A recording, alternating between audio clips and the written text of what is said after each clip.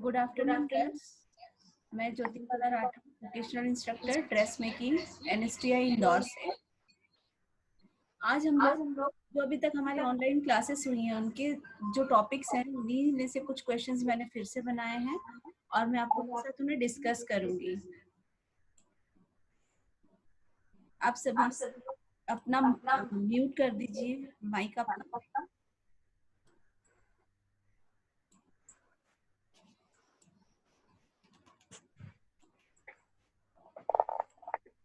First question start कर रही हूँ। ये जो क्वेश्चन है मैंने पेपर पैटर्न और आपका जो टॉपिक्स हुए हैं फाइबर्स एंड फैब्रिक्स इनको लेकर तैयार किए हैं। फर्स्ट क्वेश्चन, इंक्रीज और decrease the size of the pattern is known as. किसी भी पैटर्न को साइज में बढ़ाना या घटाना क्या कहलाता है, किस प्रकार से जाना जाता है। आप लोग चाहे तो आंसर भी लिख सकते हैं। मैं आपसे करती हूँ इसमें ग्रेडिंग, लेआउट, पैटर्न मेकिंग। तो बच्चों इसका आंसर होगा ग्रेडिंग। हम किसी भी पैटर्न को जो है ग्रेडिंग के प्रोसेस से कम या ज्यादा मतलब उसके अंदर का और बाहर का, जैसे आपने ये पैटर्न बनाया M साइज का, उससे आप S का, L, XL का इस जरिए आप इसमें ग्रेडिंग की मेथड। हमारे जो पैटर्न है वो ऑप्शनल क्वेश्चन ऑब्जेक्टिव टाइप होते हैं और ऑब्जेक्टिव के लिए आपको होता है लाइन को केयरफुली पढ़ना, क्योंकि आपने अगर अच्छी तरह से पढ़ा है तभी आप क्वेश्चन का आंसर दे पाएंगे। सारे क्वेश्चन जो होते हैं ये और कहीं से नहीं आते, आपका जो मटेरियल है, जो नोट्स है, उन्हीं में से बनाए जाते हैं। फिर सेकंड क्वेश्चन है नेचुरल फाइबर प्राकृतिक हमें कहाँ से प्राप्त होते हैं? प्लांट से, एनिमल्स से, मिनरल्स या ऑल ऑफ दिस। देखिए आप इस चैप्टर में आपने पढ़ा है कि जो नेचुरल फाइबर्स होते हैं वो हमें प्लांट से मिलते हैं जिन्हें हम सेल्यूलोज फाइबर भी कहते हैं। एनिमल्स से जो मिलते हैं उन्हें हम प्रोटीन फाइबर्स भी कहते हैं। ये क्वेश्चन इस तरह से भी आ सकता है कि कौन सा इनमें से प्रोटीन फाइबर है। तो प्रोटीन फाइबर के लिए आपको पता होना चाहिए कि जो एनिमल फाइबर होते हैं यानी कि जो जंतुओं के रेश से जो मिलते हैं हमको, जैसे सिल्क हुआ, ऊन हुआ, ये भेड़ के बालों से बनता है। सिल्क आपका जो होता है वो रेशम के कीड़े से बनता है। सिल्क वर्म से हमको सिल्क प्राप्त होता है। तो ये जितने भी हैं ये कहीं ना कहीं एनिमल से, मतलब इनमें प्रोटीन है तो इन्हें प्रोटीन फाइबर्स भी कहा जाता है। वहीं जो आपके प्लांट से मिलते हैं, प्लांट्स यानी सेल्यूलोज, तो आपको जो फाइबर प्लांट से मिलते हैं उन्हें सेल्यूलोज फाइबर भी कहा जाता है। ये क्वेश्चन आपसे इस तरह भी पूछा जा सकता है कि कौन सा जो इनमें से रेशा है ये सेल्यूलोज फाइबर है या कौन सा प्रोटीन फाइबर है। तो आपको ये पता होना चाहिए कि सेल्यूलोज फाइबर्स जो होंगे वो सारे नेचुरल तो होंगे लेकिन ये प्लांट से मिलेंगे। इसी तरह आपके जो प्रोटीन फाइबर्स हैं वो एनिमल फाइबर्स होंगे। Third one is mineral fibres जो हमें खनिज से मिलते हैं। खनिज रेशे होते हैं सोना, चांदी। पहले के टाइम में क्या होता था, सोना चांदी का ही चमक के लिए, कपड़ों पे बुनाई के लिए यूज किया जाता था। तो हमारे ये तीनों ही तरह के जो रेशे हैं वो नेचुरल फाइबर्स हैं। फिर है आपका which pattern consist seam allowance. कौन से पैटर्न में सीम अलाउंस रहता है, यानी सीम अलाउंस हम जब हम पेपर पैटर्न बनाते हैं तो पहले जो हम पैटर्न बनाते हैं वो आपको पता है हम लोग सिंपल मेजरमेंट लेकर उसमें सिर्फ ईज अलाउंस को जो है वो इंक्लूड करते हैं। उसके बाद हम लोग उसमें फाइनल करने के बाद सीम अलाउंस ऐड करते हैं। तो ये आपका फिटिंग पैटर्न होगा, ग्रेडिंग पैटर्न होगा, इंडिविजुअल पैटर्न होगा या मास्टर पैटर्न होगा। तो ये है आपका मास्टर पैटर्न। जब हमारा पैटर्न फाइनल हो जाता है उसको हम कटिंग करने से पहले मतलब कपड़े पर रखकर कटिंग करने के पहले उसमें इनलेस, मार्जिन्स, टर्निंग, फोल्डिंग, जितना भी जो भी हमें मार्जिन जिस तरह से भी बढ़ाने हैं सारे के सारे हम उसमें इंक्लूड करते हैं और मास्टर पैटर्न तैयार करते हैं। इस मास्टर पैटर्न को रख कर ही लेआउट या मार्कर का जो काम होता है वो किया जाता है और उसी से फिर आपकी फाइनल कपड़े की कटिंग होती है। तो कौन से पैटर्न में आपके सीम अलाउंस जो रहते हैं वो कहलाएगा आपका मास्टर पैटर्न। नेक्स्ट है salvage is always found in. आपने फाइबर्स वाला जो चैप्टर पढ़ा है उसमें आपने देखा सेल्वेज जो होती है, कपड़े की वीविंग हमने देखी। वीविंग में क्या होता है, कपड़े की बुनाई में दो थ्रेड चलते हैं, एक होता है आपका वार्प और एक होता है आपका वेफ्ट। वार्प जो होता है वो पहले से ही वार्प बीम पर लगा होता है हैंडलूम में, पावरलूम में, और वो लंबाई का धागा होता है। ये इसकी लेंथ अनलिमिटेड हो सकती है, कितना भी लंबा हो सकता है, लेकिन वेफ्ट यानी जो चौड़ाई वाला या भराई वाला जो धागा होता है, जो बॉबिन या शटल की सहायता से आपके कपड़े की फीलिंग करता है, वो जो होता है वो फिक्स रहता है, उसमें आप चौड़ाई को घटा बढ़ा नहीं सकते। जो आपने एक बार फिक्स कर दी है इसमें विड्थ उतनी ही, जिसे हम कपड़े का पना या कपड़े का अर्ज कहकर बोलते हैं। तो इसमें आएगा सेल्वेज। सेल्वेज जो होती है आपकी लेंथ वाइज मिलती है, तो इसका आंसर क्या होगा आपका लेंथ ऑफ क्लॉथ, यानी कपड़े की लंबाई में आपको सेल्वेज मिलती है। जब लंबाई के धागे लगे रहते हैं और उनमें चौड़ाई का धागा जब बॉबिन के जरिए, शटल के जरिए फीलिंग होता है, तो एक बार वो राइट टू लेफ्ट और लेफ्ट टू राइट इस तरह से वो पूरा उसमें से पास होता है, और दोनों साइड की जो किनारियां होती हैं वो आपस में टाइट बंधती जाती हैं। इस वजह से वहां पर थोड़ी सी थिक लाइन तैयार हो जाती है, जो सेल्वेज के नाम से हम जानते हैं। सेल्वेज की एक विशेषता होती है, सेल्वेज हमेशा फिनिश रहती है, इससे कभी भी आपके जो धागे होते हैं वो नहीं निकलते, फ्रेइंग सेल्वेज में नहीं होती है। तो इसीलिए सेल्वेज कहाँ पाई जाती है कपड़े में, लेंथ ऑफ क्लॉथ, कपड़े की लंबाई में। Always mark for layout on, हमेशा लेआउट को मार्क किया जाता है। जब भी हम लेआउट करते हैं तो हम मार्क कहाँ करते हैं, राइट साइड ऑफ फैब्रिक, कपड़े के राइट साइड पर, upper side of fabric, fabric के ऊपर की तरफ, या फैब्रिक के नीचे की तरफ, या फैब्रिक के उल्टी तरफ, यानी रॉन्ग साइड ऑफ फैब्रिक। तो इसका आंसर होगा बच्चों रॉन्ग साइड ऑफ फैब्रिक, क्योंकि सीधी तरफ हम कभी भी मार्क नहीं करते हैं। जो चौक या पेंसिल के मार्क रहेंगे वो कपड़े पर नजर आएंगे स्टिच होने के बाद। अपर साइड यानी केवल ऊपर की तरफ हम मार्क नहीं कर सकते, या बाकी का कपड़ा छोड़कर केवल कपड़े के नीचे की तरफ भी हम मार्क नहीं कर सकते हैं। हमेशा हम लेआउट के लिए कपड़े को उल्टा बिछाते हैं और उसके रॉन्ग साइड पर ही हम लोग लेआउट के लिए मार्किंग करते हैं। फिर आपका always piles fabric is, pile fabric कौन सा कपड़ा है, पाइल मतलब होता है रोएदार कपड़ा या फर वाला कपड़ा, ऐसा कपड़ा जिसमें सीधी ओर राइट साइड पर कपड़े के रोए निकले रहते हैं। कौन सा होगा, सिल्क, वेलवेट, गॉज या डेनिम। सिल्क तो स्मूथ होता है, चिकना होता है, शाइनिंगली होता है। वेलवेट का जो होता है इसमें आपके एक साइड में जो रोए होते हैं, फर होते हैं, ऊपर उठे हुए रहते हैं, जो बहुत शाइन करते हैं और बहुत सॉफ्ट लुक देते हैं, और इसका रॉयल लुक आता है। गॉज जो होता है, गॉज का बिल्कुल कपड़ा सिंपल, जो हम चोट लगने पर पट्टी बांधते हैं, एकदम ढीली वीविंग वाला, लूज वीविंग का कपड़ा होता है गॉज। और डेनिम जो होता है आपका टाइट वीविंग का और फ्रिल वीव यूज करके बनाया जाता है। यहाँ आपका आंसर होगा वेलवेट। वेलवेट जो होता है पाइल फैब्रिक की श्रेणी में आता है। इसमें कपड़े के सीधी तरफ रोए उठे रहते हैं और उल्टी तरफ से ये चिकना होता है। Next one is in weaving length wise yarns called. Weaving में लेंथ वाइज जो धागे लंबाई में स्थित होते हैं उन्हें क्या कहा जाता है, वेफ्ट। वेफ्ट मैंने पहले बताया, जो भराई वाला या फीलिंग वाला यार्न होता है जो शटल में चलता है वो आपका वेफ्ट कहलाता है, या आड़ा धागा या क्रॉस वाइज बोलते हैं, और हिंदी में इसे बाना कहते हैं। शटल, शटल तो वेफ्ट यार्न को फील करने के काम आती है। वार्प, वार्प मतलब लंबाई का धागा, इसे हम लेंथ वाइज यार्न कह सकते हैं, लंबाई वाला धागा कह सकते हैं, या हम इसे वार्प भी कहते हैं, और इसे हिंदी में बोला जाता है ताना, ताना बाना, ताना यानी वार्प और बाना यानी वेफ्ट।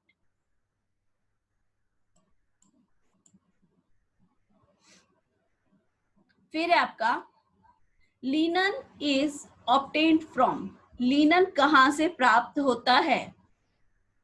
लिनन जो होता है ये हमारा नेचुरल फाइबर है, और ये भी हमें प्लांट से मिलता है। केमिकल सॉल्यूशन से लिनन नहीं मिलता है। कुकुन से हमें सिल्क मिलता है और शीप से हमें वूल मिलता है। लिनन हमें मिलता है प्लांट से। जैसे कॉटन हमें पौधों से के फूलों से मिलता है, कपास के जो बिनौले होते हैं उनसे हमें कॉटन मिलता है, वहीं लिनन का जो होता है हमें फ्लाक्स के पौधे की जो स्टेम्स होती हैं, उसके जो तना होता है उनसे मिलता है। इसके जो तने होते हैं इनको काफी लॉन्ग टाइम तक बांध के और बड़े बड़े पानी के टैंक्स में रखा जाता है, जिससे ये फूलकर रेशे चमकीले और बहुत फूल के बाहर आ जाते हैं, और इस तरह से आपका लिनन का फैब्रिक हमें मिलता है। तो लिनन का जो फैब्रिक है हमें कहाँ से मिलता है? ये लिनन प्लांट से मिलता है। ये भी एक नेचुरल फाइबर है। इसकी एब्जॉर्बेंसी बहुत अच्छी होती है और इसमें नेचुरल शाइनिंग भी होती है। फिर आपका toddlers clothes are made out of, toddlers मतलब होते हैं छोटे बच्चे। छोटे बच्चों के लिए जब हम कपड़ा बनाते हैं या ड्रेस बनाते हैं तो हमें किस बात को ध्यान रखते हुए बनाना चाहिए? उनके लिए कपड़े सॉफ्ट होना चाहिए, जो पानी को पसीने को सोख सकें ऐसे होना चाहिए, और दूसरा कूल होना चाहिए जिससे उन्हें रैशेज या एलर्जी का प्रॉब्लम ना हो। तो rubia cloth, woollen cloth, silk cloth या फाइन कॉटन क्लॉथ। तो इसका आंसर आएगा बच्चों फाइन कॉटन क्लॉथ। जो सॉफ्ट कॉटन होता है, बहुत हल्का मुलायम होता है, वही कॉटन हमें बच्चों के कपड़े बनाने के लिए यूज करना चाहिए। फिर आपका the 8 head theory is related to, 8 head theory किससे रिलेटेड है? 8 हेड थ्योरी आप लोगों ने पढ़ी है। 8 हेड थ्योरी किससे रिलेटेड है? Measurement chart, human body proportions, system of pattern making, distinguish male and female proportion. देखिए इसमें 3 ऑप्शन ऐसे हैं जो हमें ऐसा लगता कंफ्यूज करते हैं कि ये सारे ही 8 हेड थ्योरी से रिलेटेड है, लेकिन यहाँ हमें चॉइस करना है और चॉइस करना मुश्किल हो जाता है ऐसे टाइम पर कि 8 हेड थ्योरी किससे रिलेटेड है। 8 हेड थ्योरी का हम जब हमारे पास मेजरमेंट नहीं होता तो भी हम बोलते हैं कि भाई शर्ट के लिए जो है 3 हेड 4 हेड, इसके लिए इतने हेड की लंबाई लो, इसके लिए इतने हेड की यहाँ से वेस्ट रहेगी 3 हेड पर। तो इस तरह से जब आप देखते हैं तो ये क्वेश्चंस जब आप देखते हैं तो बहुत कंफ्यूज होते हैं कि इसका आंसर तो ये भी हो सकता है, इसका आंसर ये भी हो सकता है, और हम इस तरह से इनमें उलझते चले जाते हैं, और कई बार हमें सही आंसर पता होते हुए भी हम उसे राइट टिक नहीं कर पाते हैं, क्योंकि आपके पास ऑब्जेक्टिव पैटर्न है और ऑनलाइन एग्जाम होगी। आपने जो एक बार करेक्शन कर दिया और सबमिट कर दिया तो दोबारा आपको सही आने पर भी आप उसे ठीक नहीं कर सकते हैं। इसलिए इस चीज को बहुत ध्यान रखना होगा। और आप जब भी लेसन रीड करते हैं या नोट्स को रीड करते हैं तो आपको एक एक लाइन को केयरफुली पढ़ना चाहिए और उसको समझना चाहिए। यहाँ है हमारा 8 head theory is related to, यहाँ आएगा हमारा human body proportion. Human body proportion, एक ह्यूमन बॉडी को अनुपातों में जो बांटा गया है, मेजरमेंट चार्ट बनाने के लिए भी पहले क्या करना पड़ा हमें, ह्यूमन बॉडी जो है उसको डिवाइड करना पड़ा।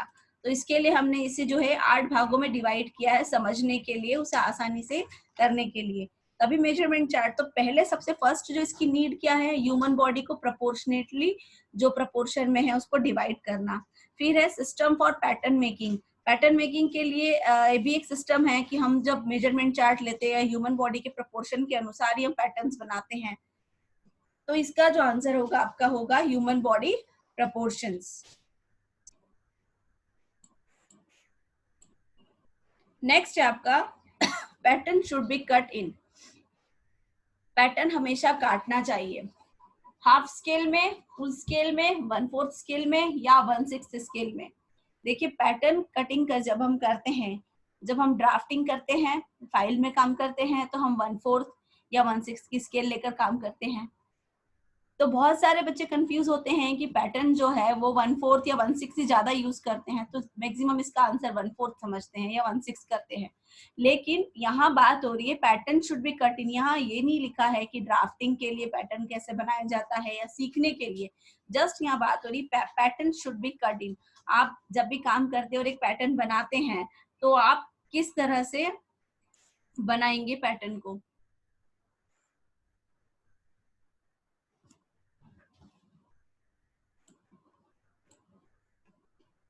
इसमें आपको ये चीज देखना है कि पैटर्न को आप कैसे बनाएंगे। तो यहाँ पर pattern should be cut in, तो यहाँ फुल स्केल आएगा। क्योंकि आप कभी भी कोई किसी के लिए पैटर्न बनाओगे तो ऑब्वियसली उसके लिए फुल स्केल में बनाओगे। बच्चे का बना रहे तो उसके पूरा नाप लेकर बनाएंगे, बड़े का बना रहे हैं तो उनका फुल मेजरमेंट लेकर बनाएंगे। यहाँ आप स्केल यूज नहीं करेंगे 1/4 हाफ या 1/6 की। ये हम सिर्फ ड्राफ्टिंग की प्रैक्टिस के लिए, सीखने के लिए, या जब हमें एक सैंपल रेडी करना होता है, छोटा सैंपल बनाकर देखना है या कुछ ट्राई करना होता है और पर्पस हमारा होता है कि छोटा हम उसे बनाएं, तभी हमें ये यूज करना है 1/4, 1/6 या हाफ स्केल में। अदरवाइज पैटर्न हमेशा जब काटा जाता है वो फुल स्केल में ही काटा जाता है। Pattern help us to, pattern हमारी किस तरह से हेल्प करता है? सेविंग ऑफ टाइम, टाइम तो बचता ही है, अगर आपने एक बार पैटर्न बना लिया आप उसको कई बार यूज कर सकते हैं।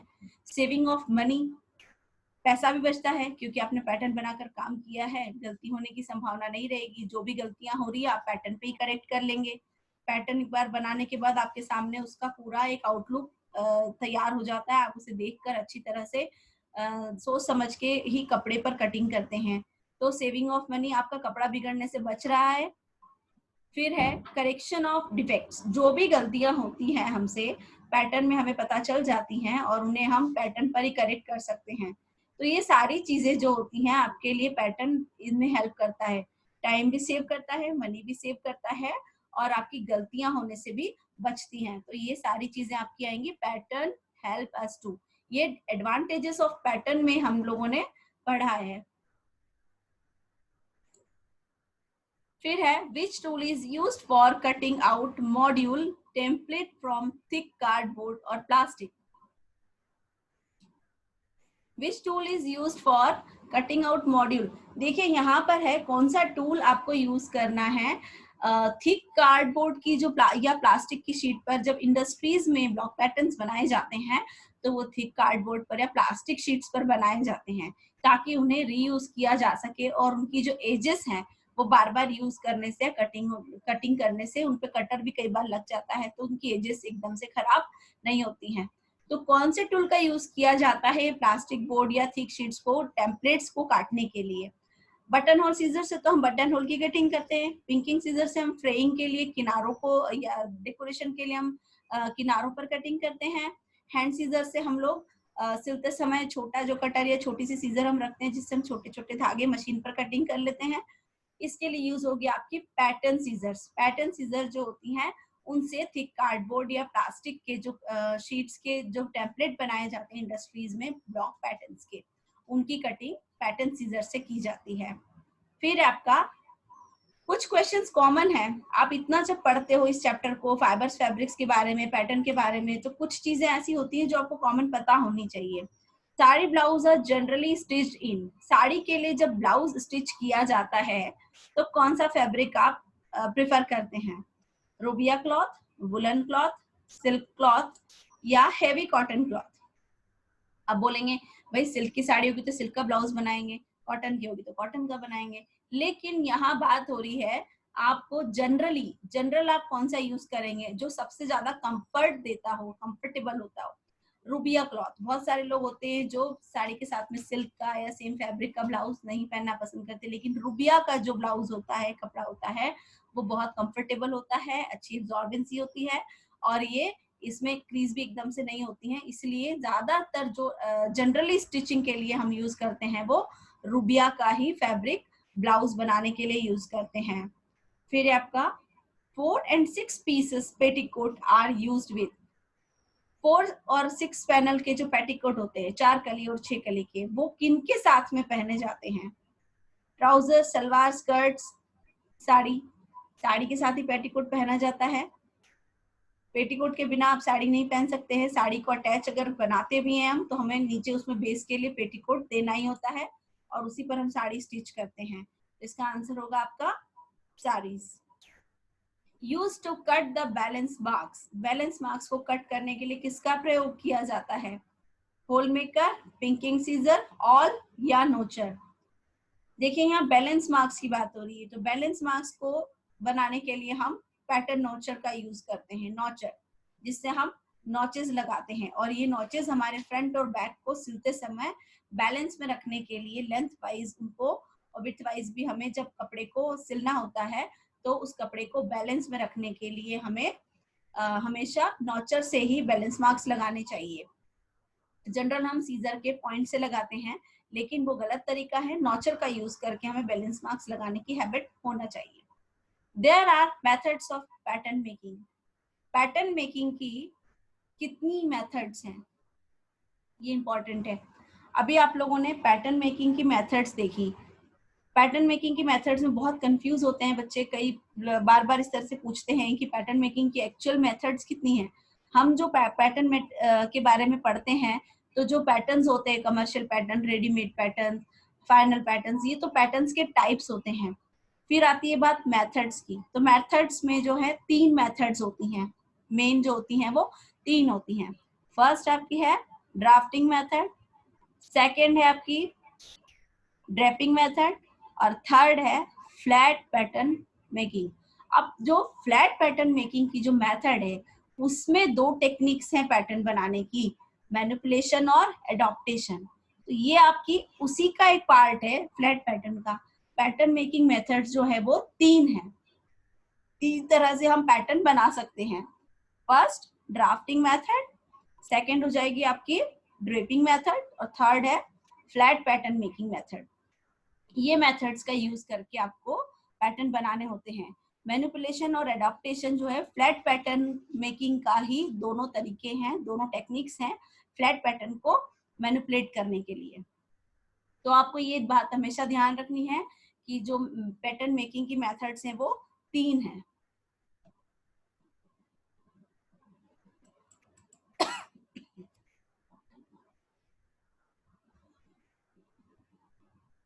नेक्स्ट है which measure take on back from nape to waist. कौन सा मेजरमेंट है जो नेप से वेस्ट तक, नेप मतलब नेप का मतलब हुआ आपकी जो बैक साइड में गले गर्दन पे, गर्दन के नीचे की जो हड्डी होती है, जहां से हम लोग गले का मेजरमेंट लेते हैं या गले की गहराई लेते हैं जहां तक, तो नेप ऑफ द नेक उसे कहते हैं। नेप ऑफ द नेक से वेस्ट तक का जो मेजरमेंट होता है, अब वेस्ट का मेजरमेंट अलग अलग हो सकता है। ब्लाउज के लिए आप अपर वेस्ट लेंगे, आप अगर टॉप बना रहे हैं या शर्ट बना रहे हैं तो शर्ट के लिए आप वेस्ट से नीचे तक लेंथ लेंगे। तो जो भी आपकी लेंथ रहेगी, जहां नेप ऑफ द नेक से लेकर के वेस्ट तक में जो भी आपकी लेंथ रहेगी, उसे हम नेचुरल वेस्ट कहेंगे। एग्जैक्टली ये जो लेंथ ली जाती है, ये आप जब नेप ऑफ द नेक से लेकर के आप अपना हाथ अगर फोल्ड करेंगे और आपकी जो कोहनी है वो आपकी जो टॉर्सो यानी आपकी बॉडी के सबसे पतले हिस्से पर जहां टच करती है, उस जगह तक हमें वेस्ट लेंथ का मेजरमेंट लेना चाहिए। तो इस तरह से आपका जो ये मेजरमेंट है, नेचुरल वेस्ट का मेजरमेंट जो है वो नेप ऑफ द नेक से लेकर वेस्ट तक, नेचुरल वेस्ट तक लिया जाता है। इसे क्या कहेंगे हम लोग? Natural waste.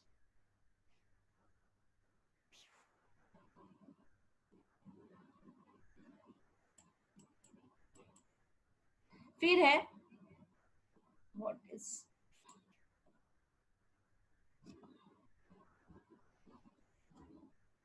What is master pattern. Master pattern क्या है?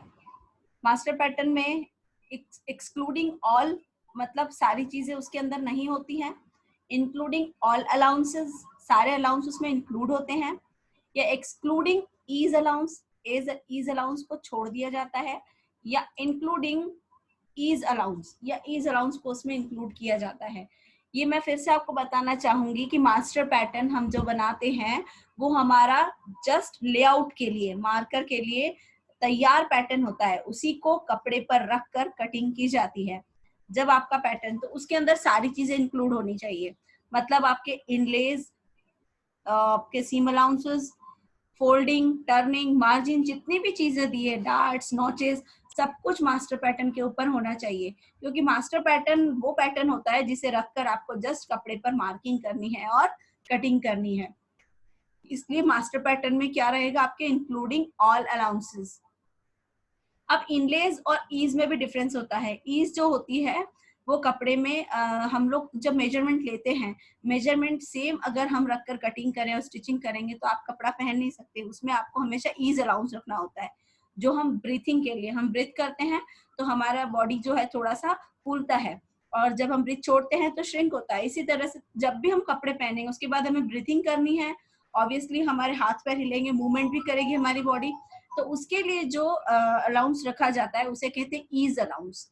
अब आपका आता है इनलेज। इनलेज और टर्निंग। इनलेज जो होते हैं वो हमेशा विड्थ में, कपड़े की चौड़ाई में लिए जाते हैं, और टर्निंग जो होती है वो लेंथ में ली जाती है, मतलब कपड़े को फोल्ड करना। जैसे बॉटम से आप फोल्ड करते हैं, इसे हेम लाइन भी कहते हैं, बॉटम लाइन भी कहते हैं, टर्निंग फोल्डिंग भी कहते हैं। तो आपकी हेम लाइन जो होती है वो जहां भी कपड़े की लेंथ खत्म हो रही है और वहां से आप कपड़ा फोल्ड कर रहे हो, वो होती है। यहाँ मास्टर पैटर्न में आपको इंक्लूडिंग ऑल अलाउंसेस, इसका ऑप्शन रहेगा बी। इसका आंसर है इंक्लूडिंग ऑल अलाउंसेस, सारे अलाउंसेस में इंक्लूड होना चाहिए। Next question number 20, needle board is use to press. Needle board को क्या प्रेस करने के लिए यूज किया जाता है? निडल बोर्ड आपका वेलवेट मटेरियल को प्रेस करने के लिए यूज किया जाता है। प्रेसिंग इक्विपमेंट्स में हमारा एक होता है निडल बोर्ड। निडल बोर्ड पर हम जो है नीडल बोर्ड जो होता है उसमें एक बोर्ड होता है जिसके ऊपर कीले लगी रहती है, और ये कीले जो होती है इनके जो पॉइंट रहते हैं वो ब्लंट होते हैं, गोलाई लिए होते हैं, जिसमें कपड़ा फंसता या उलझता नहीं और ना ही कपड़े के तार खींचते हैं। तो निडल बोर्ड पर ऐसे कपड़े प्रेस किए जाते हैं जिनमें फर होते हैं या जिनके ऊपर रोए निकले रहते हैं, जैसे वेलवेट हो गया आपका, या फेदर वाला क्लॉथ। जो हमारे जैकेट्स होते हैं विंटर के लिए, उन जैकेट्स में फेदर के भी जैकेट होते हैं, कैप्स होते हैं, टॉप होते हैं कई जो फेदर वाले होते हैं, तो उन्हें हमें प्रेस करने के लिए वेलवेट या इस तरह के मटेरियल को प्रेस करने के लिए निडल बोर्ड पर हम कपड़े को उल्टा रखते हैं, और फिर उस कपड़े के उल्टी ओर से निडल्स के ऊपर से हम लोग उसको प्रेस करते हैं, जिससे कपड़े को हीट लगती है और उसके जो फर या रोए होते हैं, जो भी रेशेस में रहते हैं सीधी तरफ में, वो सारे निडल्स के बीच में खुलकर हीट से वो रेशे चमक आ जाती है उनमें, और एक एक रेशा उसका जो है वो खुल जाता है, और इस तरह से उसमें फिनिशिंग और चमक आ जाती है। इस तरह से आप वेलवेट या कोई भी फेदर वाले या फर वाले कपड़ों का आयरन करेंगे। आज हमारे पास टाइम लिमिट है, एम्प्लॉयबिलिटी स्किल की क्लासेस हैं बच्चों की 4:30 पे आप लोगों की।